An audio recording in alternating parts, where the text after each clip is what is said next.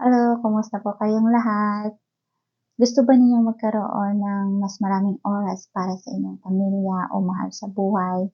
Magkaroon ng mas maraming oras para sa inyong sarili at magkaroon ng ipon para sa kinabukasan.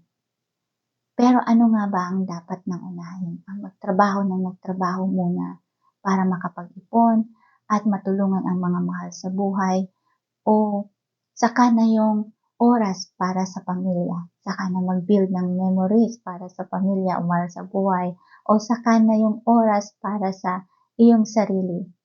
Ako po si Diana Alagao, originally from the Philippines, residing here in Canada, working as a full-time in one of the financial institution. 2 years ago, nagkaroon ako ng full-time. So, akala ko magiging stable na kami financially. At the same time, meron pa rin akong oras para sa aking mga pamilya.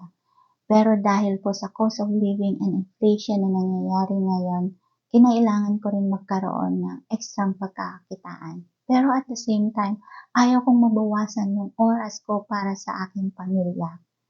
Pero paano po ba? Parang napaka-imposible, hindi po ba? Pero nung nakita ko tong ads na ganito, na kagaya ng nakikita ninyo sa akin ngayon, nalaman ko na ito ay isang automated online business. Kaya meron ding free webinar o workshop na mapapanood. Kaya naman nag-registered ako. At dito ko nakita na ito ay may step-by-step training.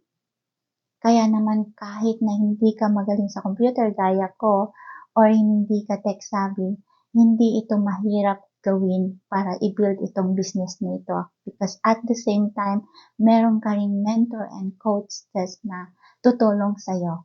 At nalaman ko rin sa webinar na ito na ito ay isang legit online business dahil ito ay tax registered. Kaya naman I encourage po na i-check po at mag-register sa aking website at panoorin po ang aming free webinar at dito ninyo malalaman kung ito po ba ay para sa inyo. At least po, you check and find out kaysa magkaroon kayo ng what if. Like, what if kung ito na pala ang kasagutan ng inyong mga dasal o ito na pala yung kasagutan ng mga hinahanap ninyo para mapabago at mapaganda rin ang inyong buhay o kinabukasan ng inyong mahal sa buhay.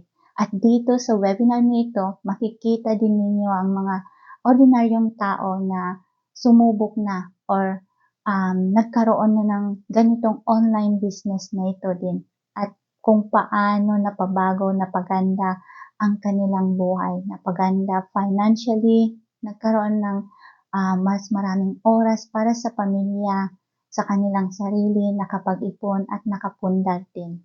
Kaya naman, kung kinakailangan ninyo ng more inquiry, you can message me anytime po. Maraming salamat po. God bless.